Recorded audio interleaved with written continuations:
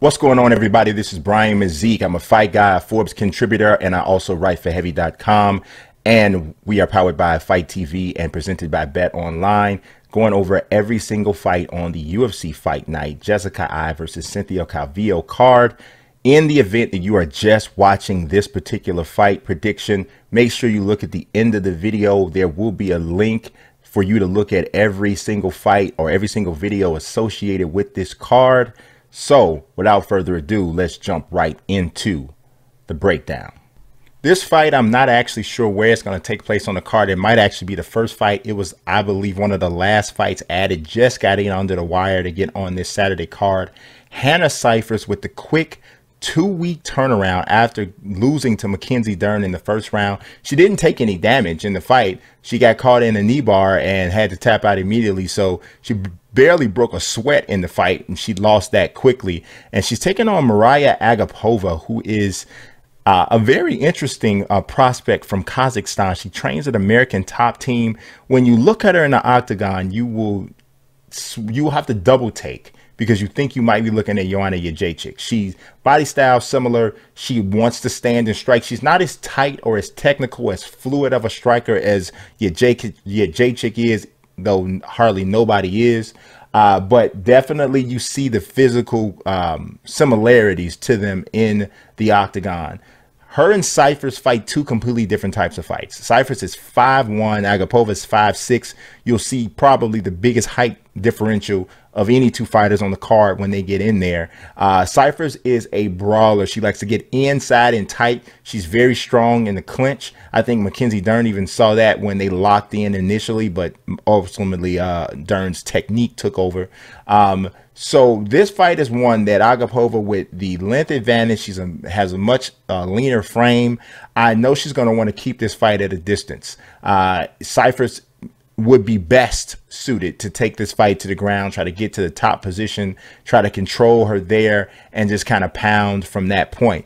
Do I think she's going to be able to get that? I don't, and neither do the odds makers. They have Agapova as a -240 favorite here, Hannah Cifers at +205.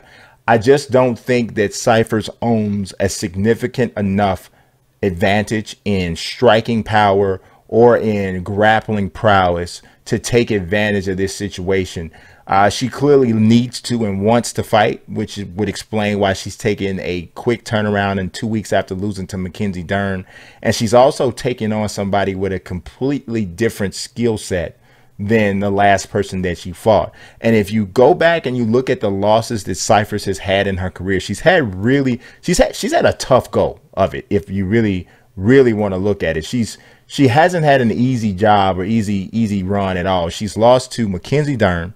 The fight before that, she lost to Angela Hill, whose striking style and overall fighting style is a little bit similar to Agapova.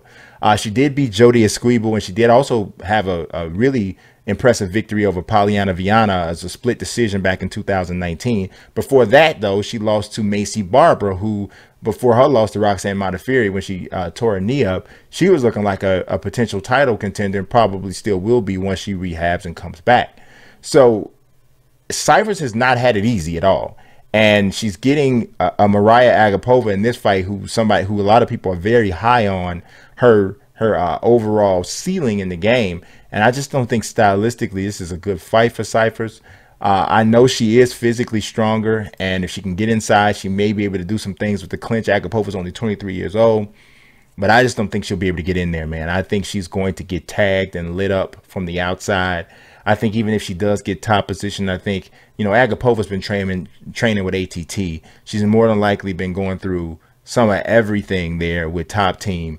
Just, you know, I mean, there's a chance that she's rolled with Kayla Harrison. I mean, she's been in with some people, and I don't think she's going to get shocked by anybody shocked by anything that Hannah Cifers brings. And I'm thinking that this is going to be either a lopsided unanimous decision with Agapova just kind of tagging Cifers most of the fight. There may be a takedown where Cifers gets and she not able to even get anything done. I wouldn't even be surprised if Cifers gets top position and Agapova throws up an arm triangle and even is able to win by submission in that way. Either way, I got Agapova getting the victory. and proving the odds to make us correct here, minus 240 favorite.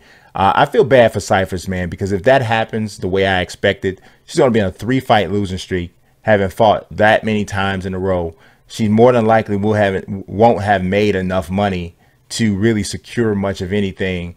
And with 3 losses in a row, even though they would be 3 respectable losses, she could be in a bad way in terms of perhaps getting released. So I feel bad for her situation, because I can understand why she would want to turn around and fight quickly again. But this is a tough one for her, and I don't think she's going to come out on top. So that's my take on Cifers Agapova.